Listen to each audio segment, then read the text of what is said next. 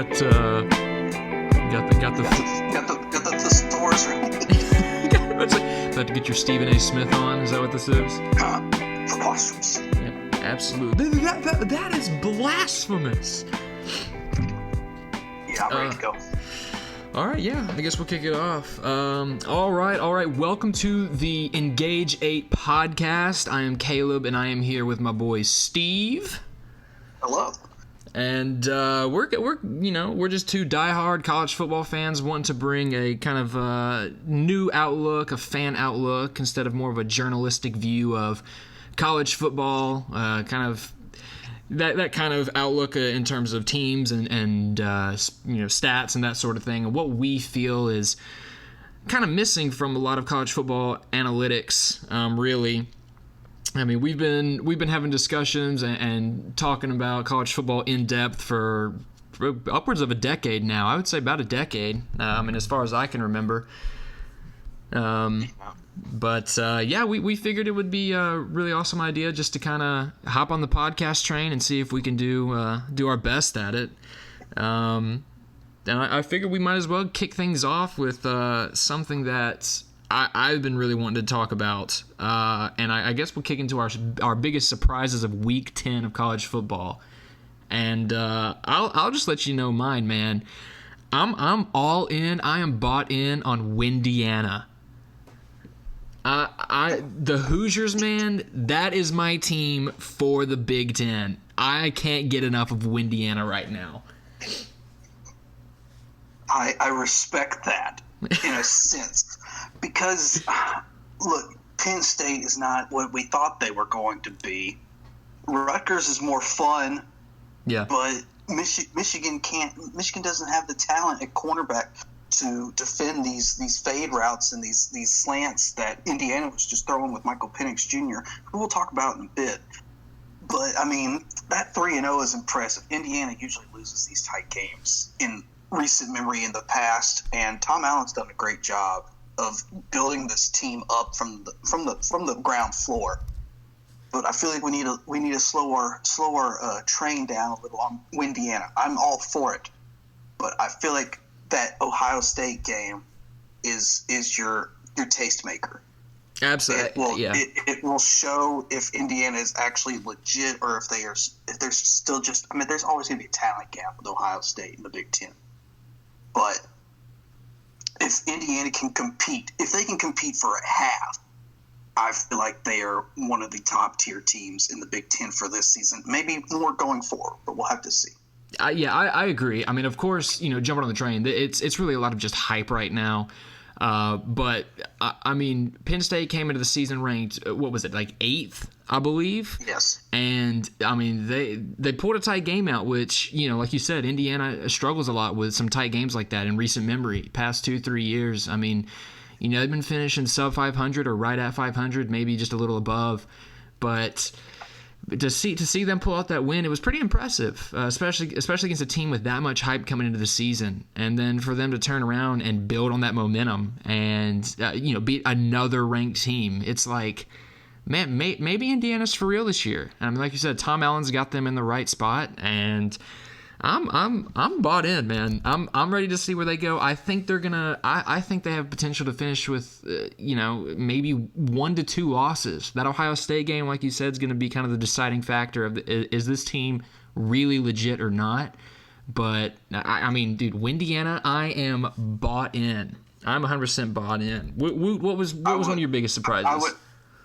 Yes, I would love to see them in a New Year's Six bowl. That would absolutely be a capper. What really surprises me is another team with a storied history, and for the past 15 years or so has been pretty meh. It's that Notre Dame did not choke against Clemson. Yes. You come into this game and you're just like, well, they don't have Trevor Lawrence. Maybe Notre Dame can compete, but we've seen this Notre Dame team play Clemson in recent memory in a pretty high-stakes scenario, being the college football playoff, and got the absolute dog crap beat out of them. Absolutely.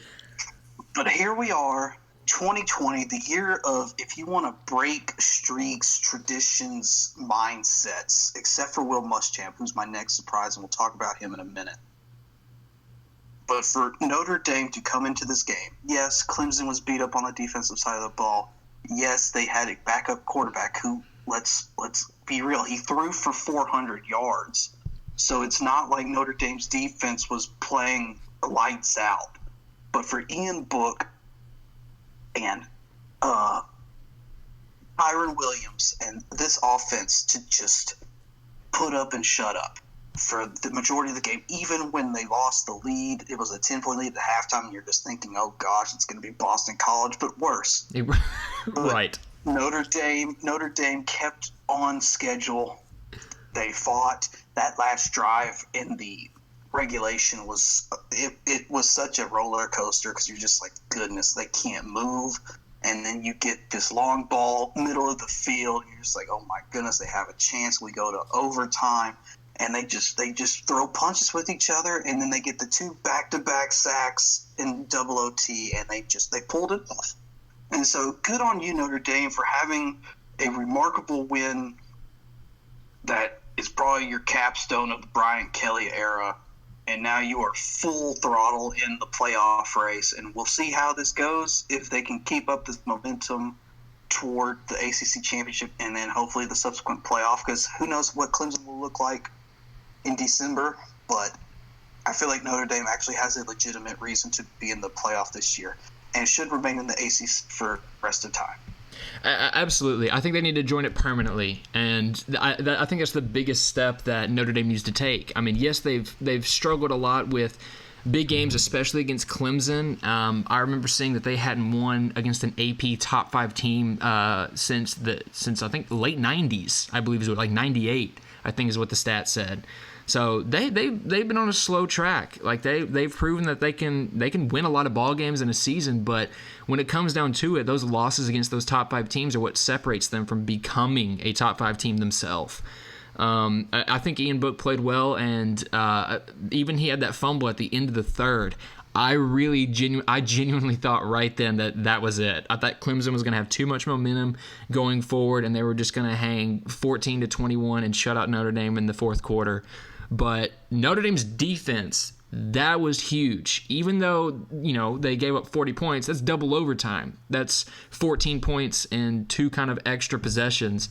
So, really they gave up, what would that be, 26, really. I mean, they went to overtime with that many points. So they held a great Notre Dame team, or Clemson team, to 26 points in regulation before heading into overtime, and even held DJ Ungalele, I hope I said his last name right, even though he put up, like you said, like 400 plus passing yards. Sure, it was double overtime, but when you have a quarterback that's that hot and that good, you expect him to put up 40 points with those kind of stats in regulation.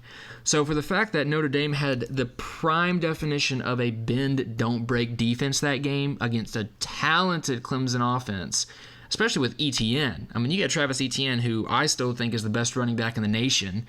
I mean, they shut him down. Shut him down. He had like 12 rushes for 18 yards, had the fumbles, scoop and score. That was just read beautifully. Right, yes. I mean, yeah, perfect timing. You have to throw for 400 yards in order to compete in that game. Yeah, so. I believe after this game, I think Notre Dame is legit. Every game except the Louisville game, they have not looked like a playoff team. But then again, every year, every playoff team has one game that they struggle against. I mean, if you look last year, even, with LSU, one of the most dominant offenses, the most dominant offense we've ever seen in college football history. I mean, they struggled against Bama, and both teams didn't have necessarily a great defense, but that game came down to the wire. It was a one-possession game at the end of it, but then look what LSU turned around and did. That was their kind of one real struggle game. They had a struggle against Auburn, but I don't think there was really that big a doubt throughout that Auburn game. I think they knew they could control both sides of the ball pretty well, even though it came down to 3 or 4 point win. But I mean, they turned that around and dominated the SEC championship, dominated Oklahoma in the playoffs, and then hung 45 or 40 plus on Clemson in the national championship. So I mean, each year a title contender or somebody in the playoffs does have that struggle game. But I think Notre Dame's legit this year. I think they can definitely win out the rest of the season pretty handily, and I think that they're probably going to take that momentum into the playoffs and try to redeem themselves from 2 years ago. But We'll have to see. We'll definitely have to see. I was very impressed with them on both sides of the ball, how they just were able to answer to each, whether it was turnover or each slip up, anything that happened, they were able to answer. I was very impressed with that. I'm segueing into that. I think one team that really kind of shocked me, I would say, was the fact that, and I think this may be both for us, but the fact that Florida, my goodness, that was just a dismantling of Georgia this past week. I mean, I don't know if I'm ready to say Florida is a playoff contender just because, I mean, I don't know how they're going to be able to handle maybe the rest of the East. I don't know if they're going to have their big slip-up game. Yeah, they lost to A&M earlier, but A&M's looking solid as well. But Florida, they look like they're in the right spot right now. I think Dan Mullen's got them on the right track. I mean, yes, Florida has that head-to-head loss with A&M, which could hurt in the long run. The problem with Florida is they have to go through Alabama in the title game, assuming that they take care of business along the way. But they have to put up with Alabama in the title game and actually win that game to even be considered as a second playoff team for the SEC. And I really don't see that happening with as many flaws in Todd Grantham's defense and the fact that he loves to blitz on third downs and you know what's coming. He doesn't play a very sneaky defense. He's very upfront and emotional about it. And so it's not sustainable. He's been burnt on it in the past. LSU only ran like 42 plays against him last year in that 42-28 game. But LSU scored 42 points with like 49 plays and barely any time of possession. So right. Todd Grantham is a liability. If Dan Mullen actually wants to succeed at Florida and do what Urban Meyer did what Steve Spurrier did, he has to lose his defensive coordinator and go find some hot talent in order for that team to be legitimate on defense again, which I'm praying will happen sooner than later, and he lets go of that man. Right. Because yeah. You're not going to be able to defend off. You don't want to go against Alabama and all those receiving threats, even with Waddle gone. You do not want to go against that receiving core and just say, "Hey, let's do a shootout," because you are going to lose because Kyle Trask is not as good as Mac Jones. And yeah, I agree about the defensive side of Florida because I think if they win out and Alabama wins out and they meet up in the SEC title game, I think Alabama has one of the most efficient offenses in the nation. And I mean, we look at the passer rating and the accuracy alone of Mac Jones. I mean, he's in the top 3, and they've played 7 games. So you see that kind of efficiency at the quarterback position, and then you have Najee Harris, who's leading the nation in rushing touchdowns, and he's in the top 10 in rushing yards, also a receiving threat as well. That kind of adds to the Devontae Smith and John Mechie combo that's going on now since Waddle's been out. And you kind of wonder, can that Florida secondary handle that dynamic duo on offense? Can that defensive line get to Mac Jones and get him out of the pocket and get him in an uncomfortable position? And can those linebackers go great toe-to-toe with Najee Harris, be able to work with his agility and also be able to cover him in the pass game? So I think Florida's defense needs to catch up with efficiency-wise, just being able to match offenses. And you know, Georgia didn't have a very good-looking offense on Saturday. We'll put it that way. They did not look like a very solid offensive team. And even though Georgia's been top 5 all season long in defensive categories, they did not look it. I mean, Florida looked absolutely dangerous on offense. It was pretty hardcore. So I agree with you on the defensive side. I think if Florida can catch up and kind of start getting more efficient to catch up with their offensive style, then I could see them hanging with Bama and maybe pulling an upset if they get a game plan together. But I think their biggest questions that need to be answered is definitely on the defensive side. I would agree. I mean, Georgia is also coming in losing their top safety and Richard LeCount, and then you just have a lot of problems. Like you give the ball to Zamir White on the first play of the game, and he runs it for 75 yards, and you decide to only give him the ball 6 times for the rest of the entire game. you have established yourself as a running back hub, yet you do not want to let the horses run. Right. Even when you get down 1 or 2 scores. You used to do this, Kirby. What changed? Did Todd Monken just come around and just mess with everything? Yeah. Because you ran the ball when you were down 7. You ran the ball when you were down 14. You came back. You controlled the clock. You controlled the game flow. And you came back and won games that way. But you are immediately abandoning it, going down 7, like 14-7, and you are throwing the ball on first, second, and third down. I understand. You can pass to set up the run nowadays.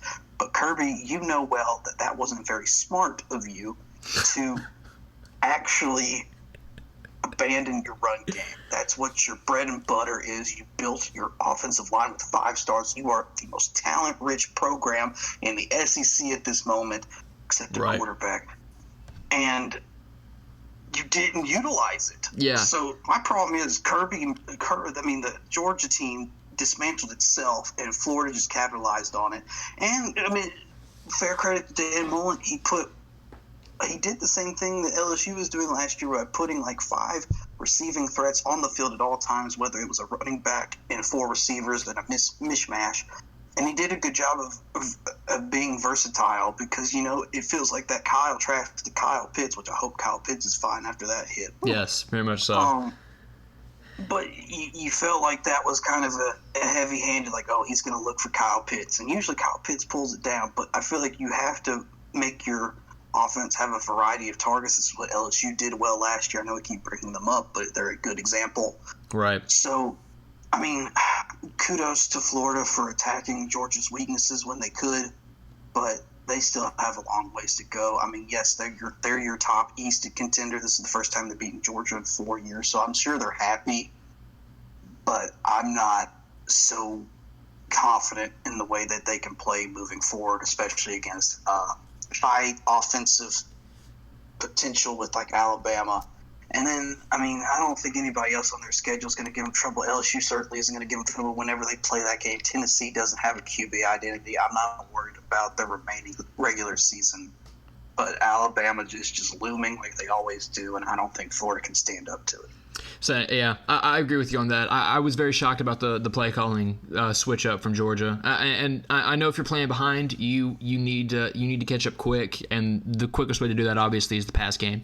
But a lot of times you just need to do what works. And it was kind of similar to watching Alabama and Ole Miss. Yeah, sure, you got Mac Jones who's got the hot hand, and Ole Miss is answering every single drive with a touchdown of their own, and the game is tied, or one of the other teams will take the lead at any given moment, and you really can't give up a possession. And it's like, even though you need to score and you need to make sure that you have a comfortable lead and that you don't have to really worry too much offensively. They fed Najee Harris all night long, and they were able to answer with the run game instead of trying to hurry up and let's just try and get in score and get a stop, and then we can kind of relax in the run game. And I think Georgia kind of thought that of themselves. Like you said, I think they dismantled themselves a little bit with that. I remember, first play of the game, that handoff that went 70, it was like, here we go, man. Georgia's run game still looks strong. They look like they're ready to dominate, and they look like they're ready to take the East. We're about to see 2 undefeated teams heading into the title this year. And I think Georgia definitely has a few questions to answer about the play calling style that they've had. And yes, like you said, they had subpar quarterback play, and they need answers there for sure. But not having JT Daniels out there, and Stetson Bennett not playing at a high level that he did earlier this season, I think they definitely need to adjust their play calling and find their strengths and utilize that to the best of their abilities, but also at the same time build on those weaknesses. I think they just offensively they need to find an identity, as well as in the same way that Florida needs their defense to find that identity and efficiency.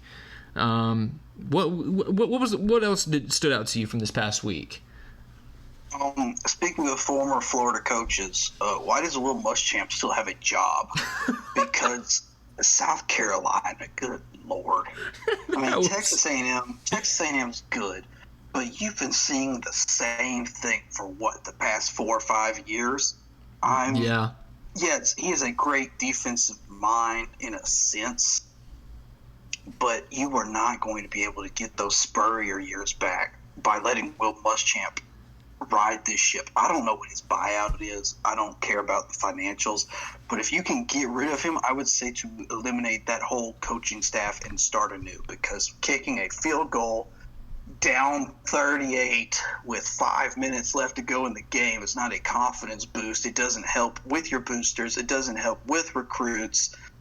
It doesn't help that you have one of the best teams in the nation in your state as your cross rival that you don't get to play this year. Thank the Lord. But that'd be a bad. That wouldn't even be fun to watch. You take the time to put a kicker out on the field that is hitting 61% of his field goals, one of the worst in the nation, rather than trying to get your quarterback that replaced a decent Tyler Helinski with you, Colin Hill from Colorado State, but you don't give him the opportunity to just take some more reps. I know the game itself is probably a good indication that reps aren't really helping that offense. Yeah, but you can't really help that. How did this team beat Auburn? How did this team beat anybody? I have no Texas idea. A&M dismantled them. They made them look silly, and they scored a touchdown right after those 3 points. So it just boggles my mind that anybody is coming to the defense of Will Muschamp as a head coach in the year 2020. I agree, because I think he's a prime example of a coordinator who's an amazing coordinator at whatever he does, whatever side of the ball he's on. Whether he is a fantastic defensive coordinator, but when you have to add in that element of overseeing everything and game planning for both sides of the ball specifically, and making sure that the entire team is ready to go at the highest level, I'm not sure that Will Muschamp is the guy for that. And we've seen a few coordinators recently who have shown that they can be. Obviously Kirby Smart has proven that he can be a brilliant coach in that method. And, a guy like Luke Fickell, who is really an assistant, who did interim at Ohio State, and then, now that he's on to Cincinnati, he's one of the guys that he oversaw just a little portion of something, but was able to take what he learned somewhere.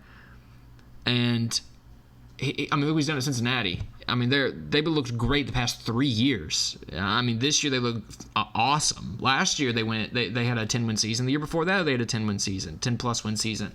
So I think he's one of the coordinators. You could put Jeremy Pruitt in that same conversation of a guy who's really good at focusing on one aspect of a game. But when you give him full control over something like that, I think that kind of just adds to something that they're not familiar with and struggle with handling. And Will Muschamp, I remember seeing that Will Muschamp and Jim McElwain had the same record in their first 3 seasons at Florida. And they both had, their first 2 seasons that they were pretty solid. They had one season where they went to the SEC title game and competed all right, and then the next 2 years just completely collapsed. And I think with Muschamp, he has to be in a situation where he has a lot of talent to succeed. At Texas, he was dominant. At Auburn, they had a great defense. But I think when he's in that head coaching position, even at Florida when he had a lot of talent and great recruiting classes, he still struggled a lot. And I think that just that speaks to kind of when you have 2 4-year tenures at different schools, and you don't get the success that either school is really looking for. I think it's just time for you to realize, okay, maybe I just need to reset and just go back to doing what worked and trying to figure out ways to improve in terms of a head coaching capacity.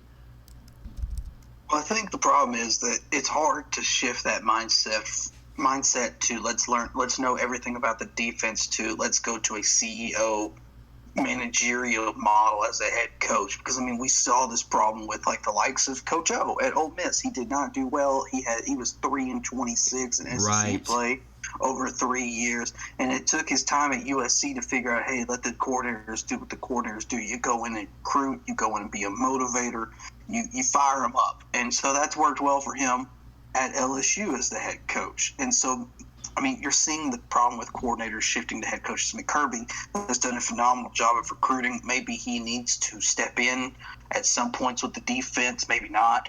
But then you're seeing first-year coaches like Dave Aranda. He's having trouble. Derek Mason has not had a good tenure at Vanderbilt. That's beside the point that they cannot really recruit because you have to be accepted into that school to even be considered a player for them. You've seen Dino Babers. You've seen all these defensive minds that Jeremy Pruitt. We see all these defensive minds that go out and try and become their own head coaches, and it's not an easy job. It's not. I feel like they still have a lot of roots in their specific profession, their specialty, and I feel like it's hard to zone out and big picture it. And I feel like some people want to have all their fingers in everything, and maybe that's not the best way to go about it.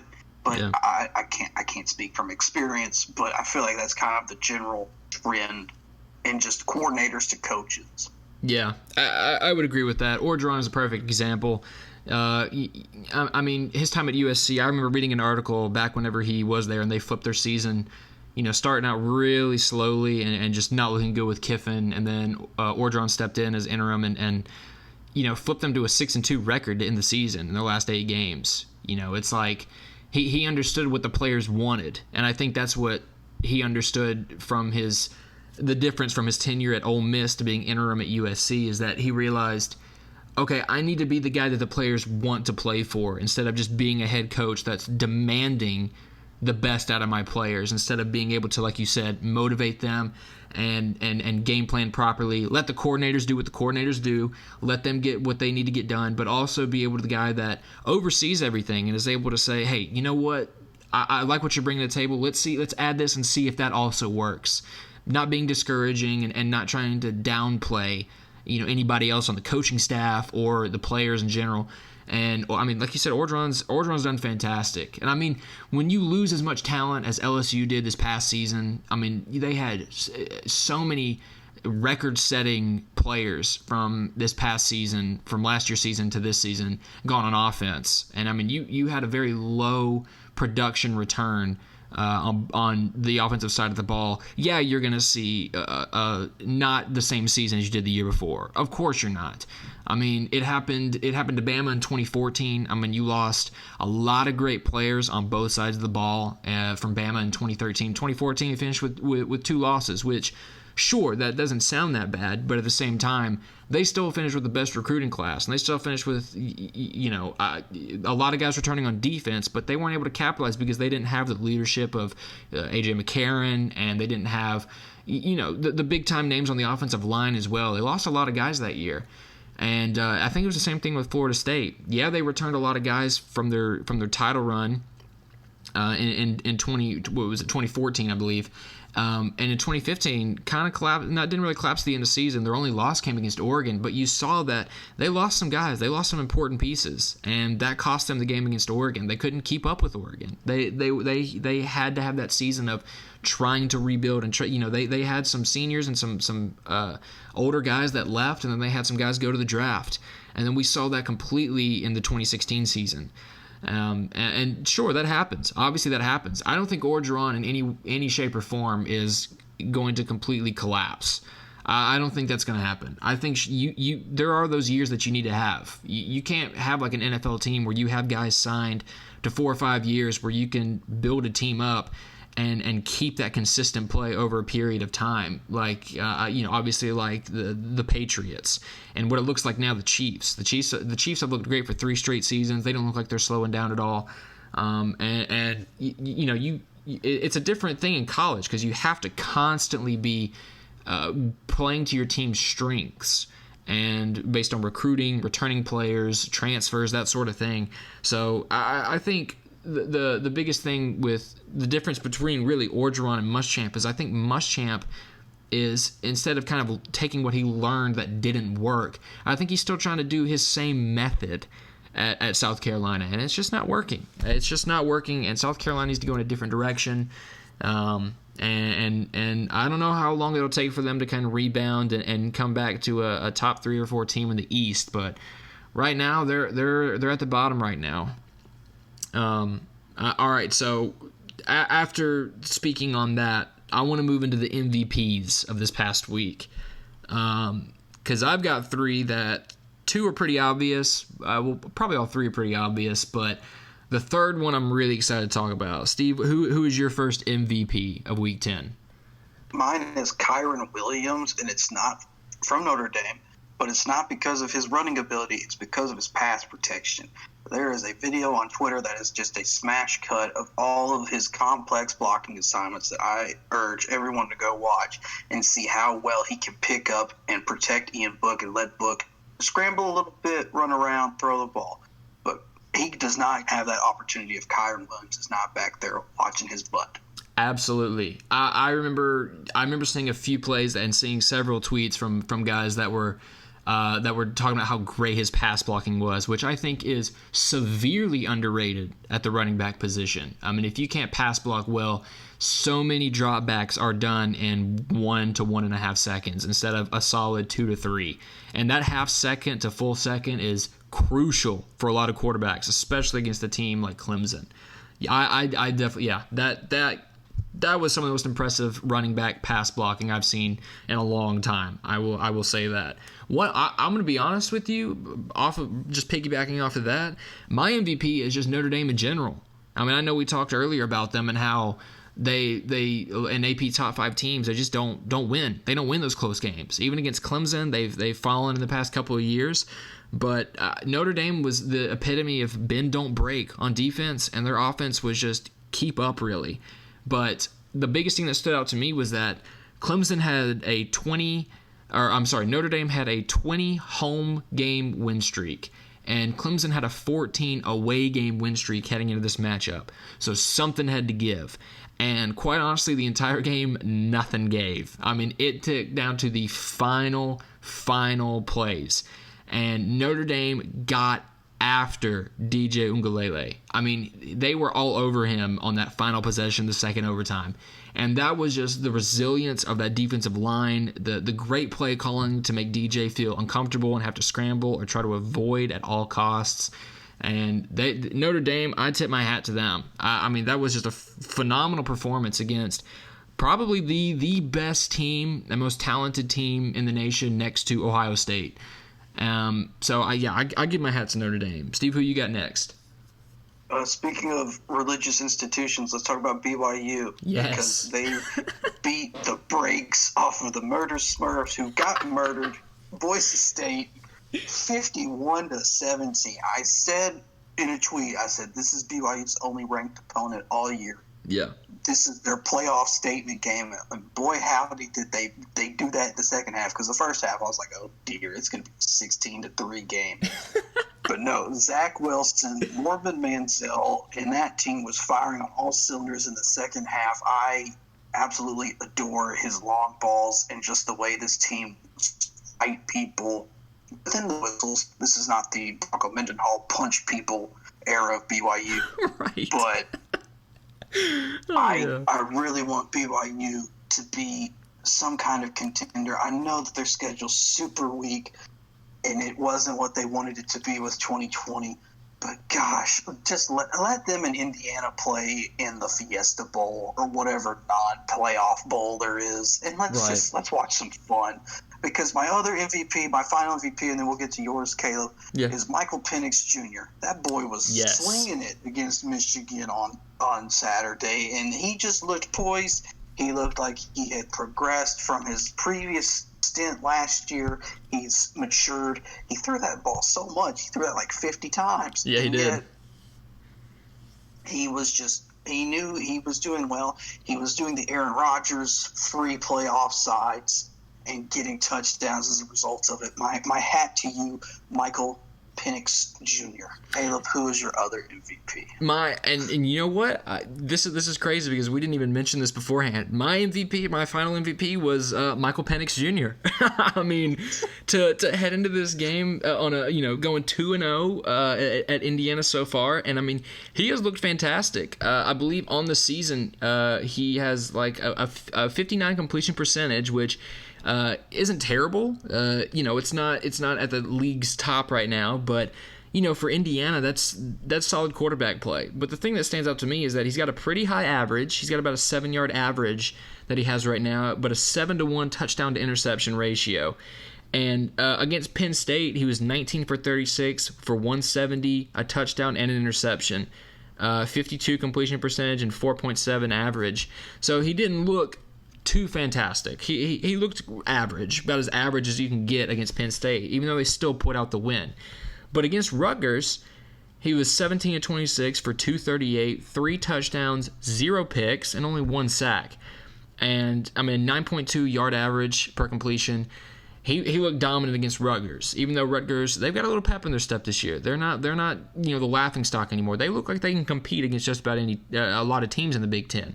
But against Michigan, and this is what stood out to me the most, he went 30 of 50 for 342, right on the dot, 60 completion percentage. Had a 7-yard average, 3 touchdowns, no picks, and 0 sacks. So he really did not have any negative plays besides the incompletions. And I think that's what stands out to me the most about Michael Penix Jr. is that so far this season, he's had back-to-back games against Rutgers and Michigan of 3 touchdowns and no picks. And he had 1 sack last week and 1 sack in week 9 and 0 last week against Michigan. He is playing efficient football, and that, I think, is one of the driving factors of why Indiana is doing what Indiana is doing. They look great, and that's why I'm on the Indiana train. Michael Penix Jr. just looks fantastic, man. I think he's going to continue this hot streak. Of course, there's going to be that 1 to 2 games where he might throw 2 picks. He might just kind of take some bad sacks. But I think right now with the level he's playing, he understands what he does well. And I think he's going to keep capitalizing on that. I think Indiana's going to continue to let him kind of do what he does. And Michael Penix Jr., man, dude balled out. I was thoroughly impressed with his outing at against Michigan this past week. Transitioning from Week 10 stuff, going into Week 11 this Saturday. I know we've got a couple, probably 2 or 3 games that we're looking forward to seeing. Steven, what is your first game that you're looking forward to, man? I am ready to see Ohio State play Maryland. Absolutely. I don't think those words would come out of my mouth any time in the past 3 years. But I want to see the younger Tagovailoa go up against this Ohio State defense. I want to see points. I want to see Justin Fields just ball out as usual. I want to see a competitive game. It's probably one of the few that may actually have that potential this weekend. Yeah, and the same for me. That's one of the games I'm looking forward to, Ohio State and Maryland. I think Talia is – I think his mechanics and the way he releases the ball, he looks better than what Tua did in college, which is saying a lot because Tua had a quick release. He had a great snap on the ball. But Talia, the way he's throwing, his motion, just his mechanics and everything, he looks top-notch. I mean – he has not had a bad outing at all. He has not looked like he has struggled at any bit at any point in the game. You know, even if he's gotten a few incompletions in a row, he's answered. And I'm ready to see this Maryland offense against a dominant Ohio State defense and see what they can do. And like you said, Justin Fields. I mean, the guy has 13 touchdowns this season already in 3 games to 11 incompletions. I mean, the guy he looks like Justin Fields. I mean, if he had a full season under him already, a full 5 to 6 games right now, he'd definitely be leading the Heisman race. And I think Ohio State would probably be the 2 or 1 spot right now. Yeah, I'm hyped to see that game. Kirby Smart, your quarterback's in Columbus, just FYI. Exactly. I can't believe they let him go, man. Starting Jake Fromm over Justin Fields. Sure, Jake Fromm's had the experience, started 2 full seasons. It's like, yeah, I get it. You got a guy who knows the team and knows the offense, but come on, man. The better guy's got to get the ball. The better guy's got to get the ball, honestly. And I think that's very similar to the Jalen Hurts Tua storyline of 2017 or 2018, excuse me, where nobody was really sure who the starting quarterback was going to be. And Tua stepped in at the beginning. Jalen stayed that whole season, didn't transfer, and they but they battled for that top spot, mutual respect between them. But they gave Tua the spot because they believed Tua could lead the offense in a better way, a more efficient manner. And man, if Justin Fields was at Georgia, I believe he'd probably have a title on his hands right now. I think they would have probably ran the SEC the past 2 seasons. And, I mean, this season for sure, I think they would definitely be dominating. Speaking of SEC, my other game that I'm looking forward to is piggybacking off of a team we've talked a lot about, but Arkansas at Florida. I love seeing the Razorbacks succeed. I don't know what it is, but after having so many down years after Petrino and not having an identity, Brett Bielema couldn't get him there, even though he took Wisconsin to 4 straight Rose Bowls and won, I think, 3 straight before leaving. Arkansas looks like they can be a team that will compete against anybody. I mean, I still stand by that they beat Auburn. I believe that Auburn, that was a fumble. Refs missed that call, and I believe Auburn lost that game. So Arkansas technically should have another win on their record. But going up against a team that just came off a huge win, does Florida get a little too caught up in that win against Georgia, or does Arkansas, come in and bring the upset? And if they bring the upset, they enter the top 20, I would say, top 15 possibly. Because when Felipe gets in a groove, they look great offensively, and their defense they can hang with just about any offense. I feel like Felipe coming back to the Swamp will be a motivator, but we have to remember that Sam Pittman will not be coaching this game due to coronavirus. Yeah. So you're losing your main motivator as your head coach, but Barry Odom is you've seen him at Missouri, so he has that experience, and he'll be able to conduct this game. I still see Florida pulling this out, but maybe it's closer than some people think. Yeah, and a part of me believes that Florida will pull it out, just like how Ohio State will pull it out over Maryland. But I genuinely believe that Maryland and Arkansas are both going to hang. I think it's going to be close probably till early fourth quarter. I think there may be a couple possessions where things go a little wrong, and Ohio State and Florida get up by 2 possessions, and then it's kind of like playing catch up, and that's kind of hard to win a game when you're playing that. But yeah, I think Florida will squeak it out, but I don't know. Arkansas has a real good chance of pulling an upset here based on how they played. Steve, what else are you looking forward to? Let's get scholarly. Northwestern and Purdue. Here we go. Yes. 2 undefeated teams in the Big Ten. One would say this is a rare occurrence because, good Lord, these teams have sucked butt in the past. Yes, they have. But Northwestern threw rocks against Nebraska and prevented them from winning, even though Nebraska was so adamant about, yes, we will play Big Ten football, and then you lost to the library kids, the kids that are nerds. And so, as a Medill grad, I am really excited about this game. I hope Rondell Moore is healthy because I want to see him do some stupid stuff against this Northwestern defense. Yes, who's been pretty solid. I mean, we saw what they did to Iowa, which was just a barn burner of mediocreness with the 21-20 victory.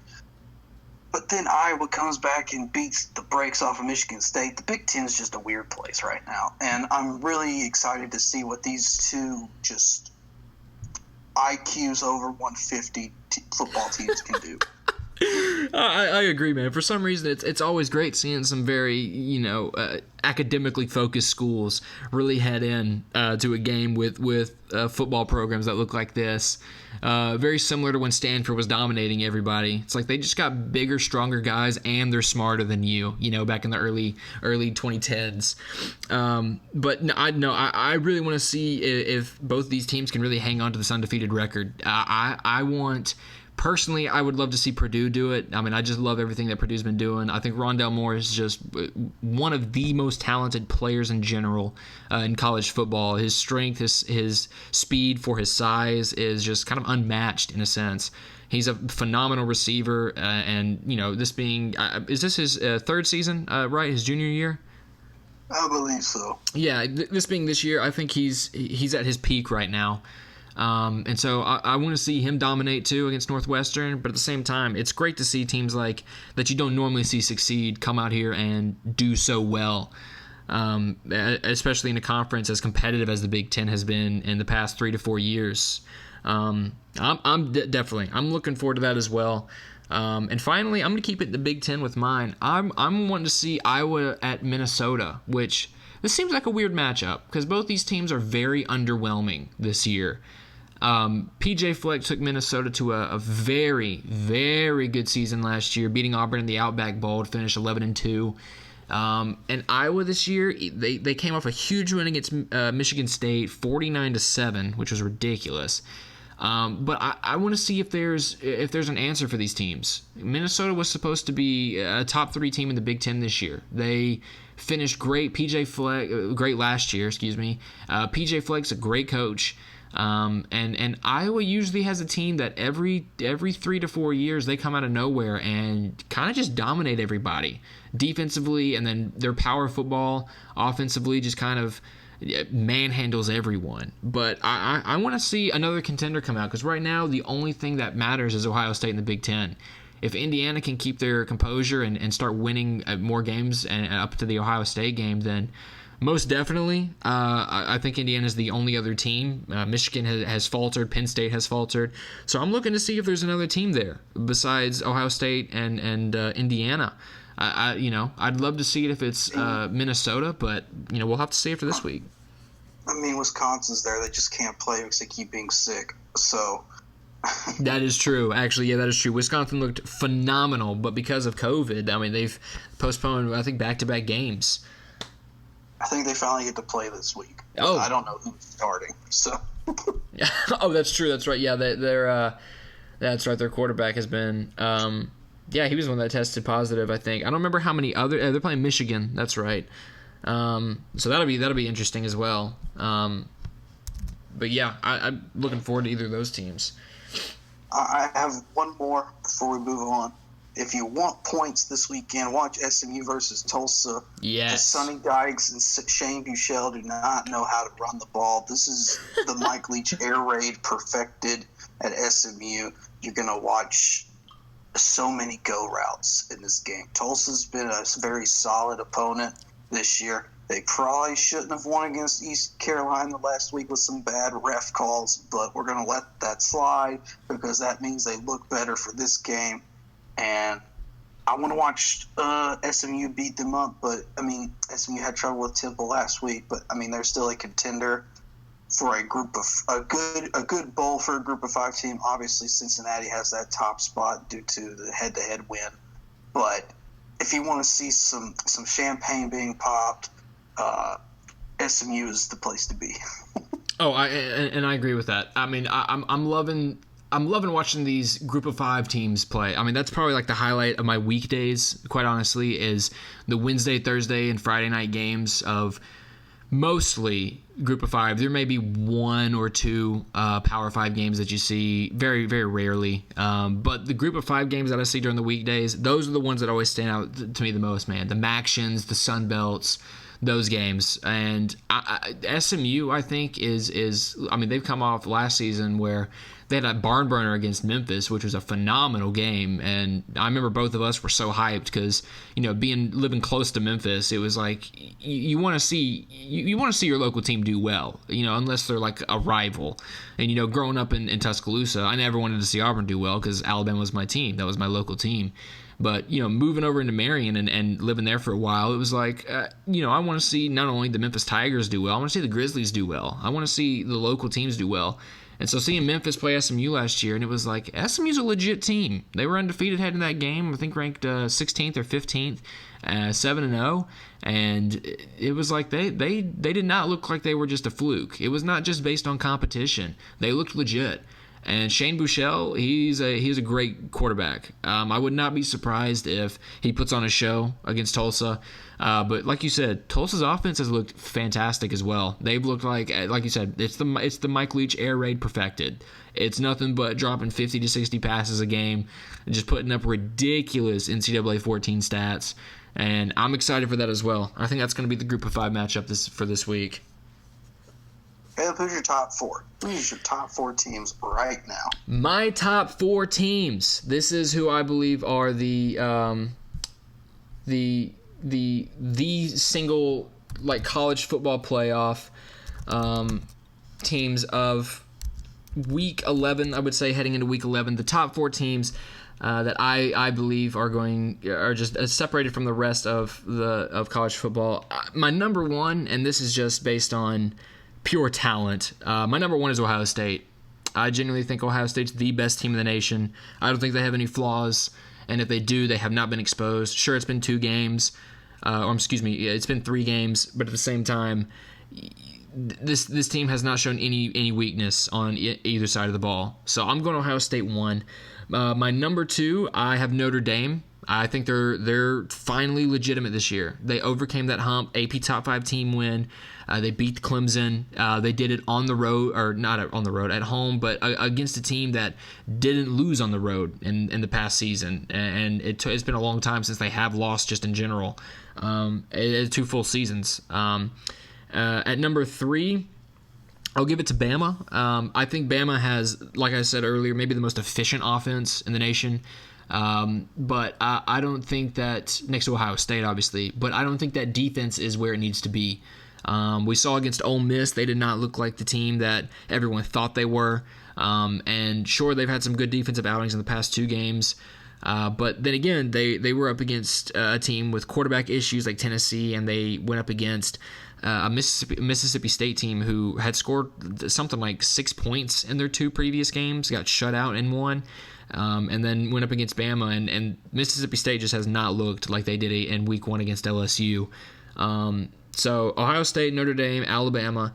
And then honestly at 4, I think I'm just going to keep it I'm going to give a little shocker here. I'm going to give it to Florida. I really think Florida is going to run the East. Like we said about their defense efficiency, they got to step that up. If they step that up, they are a for sure top 4 team in the country, and will give Alabama a run for their money. I don't see why not if Alabama and Florida wins out. But those are my top 4. What about you? So based just on the competition that has been played, I would have Alabama at 1, just because they've played some good talented teams like Georgia. The reason that's why Ohio State hasn't really crept up to my top spot yet is because they really haven't played top level competition. I know Penn State was meant to be that, right? But as we've seen, that James Franklin's just having a hard time, and finding a good quarterback, Sean Clifford just isn't really doing what we expected him to do in his second, third year as a starter. And so that's why Alabama's 1. I know they have problems, but I feel like they will improve with time as in getting closer to the season. I mean, Nick Saban's going to have to. He's always a perfectionist, and he's going to make sure that as many problems can be fixed each week. So I'm not too worried about Alabama. My number 2 is Notre Dame. Same as you. They finally got through the mess of big game just not showing up for big games. They were able to compete, control the game for the most part, and then execute when it mattered most.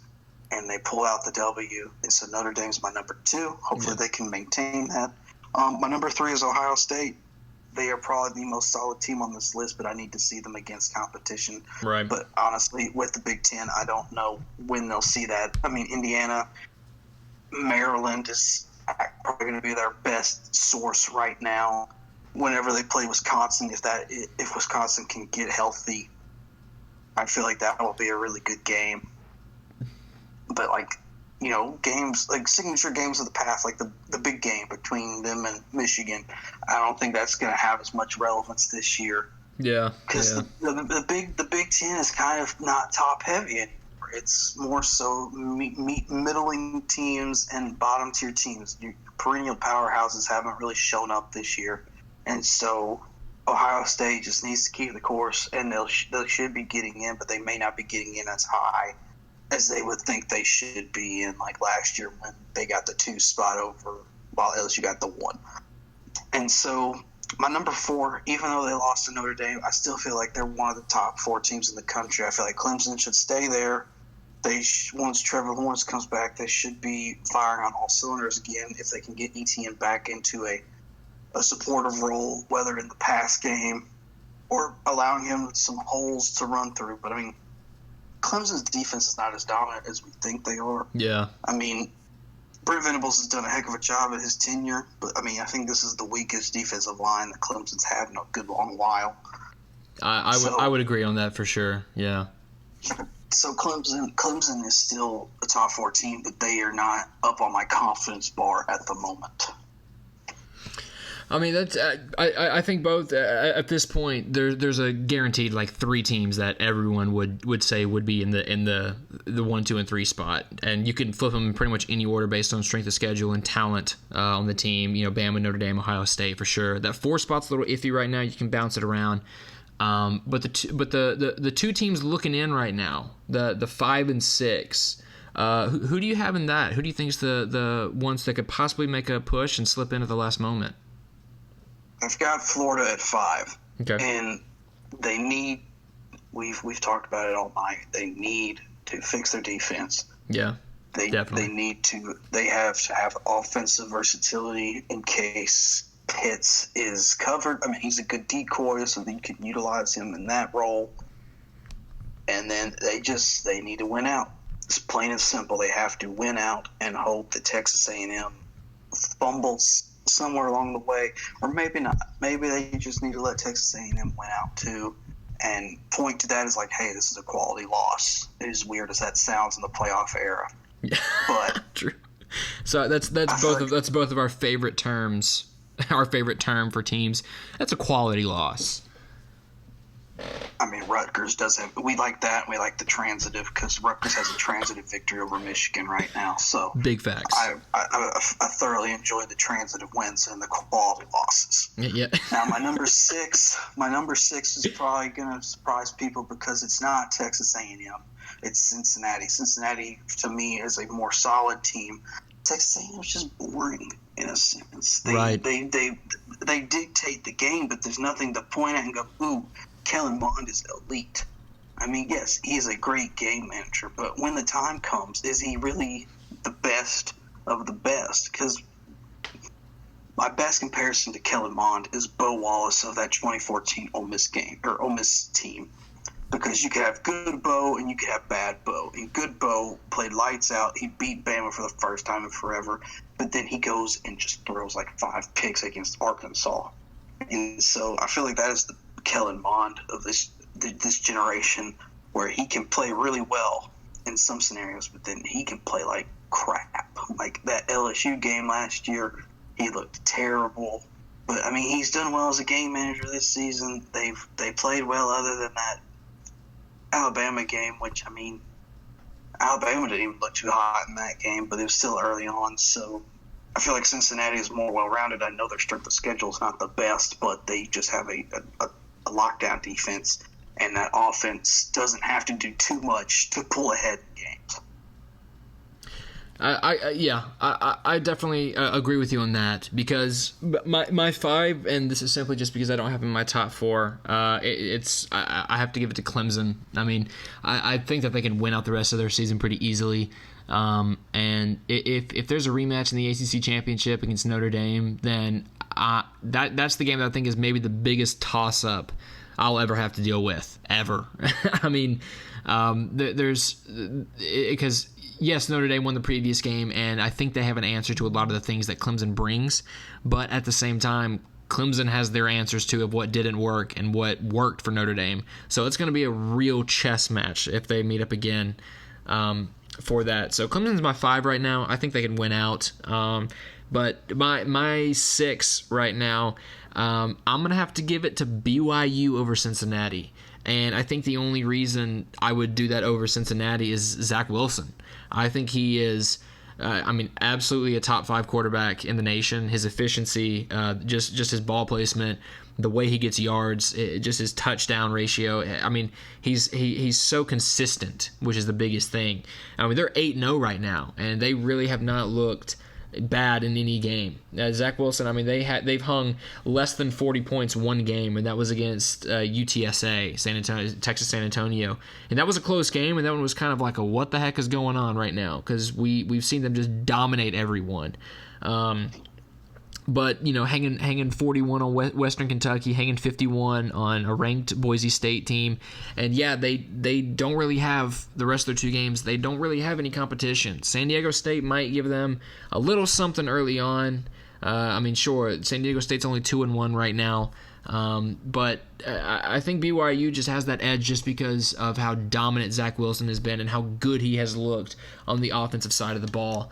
I just barely give it out to BYU over Cincinnati, simply just for the sake of Zach Wilson. I think Zach Wilson is that good, that he's that big of a difference maker.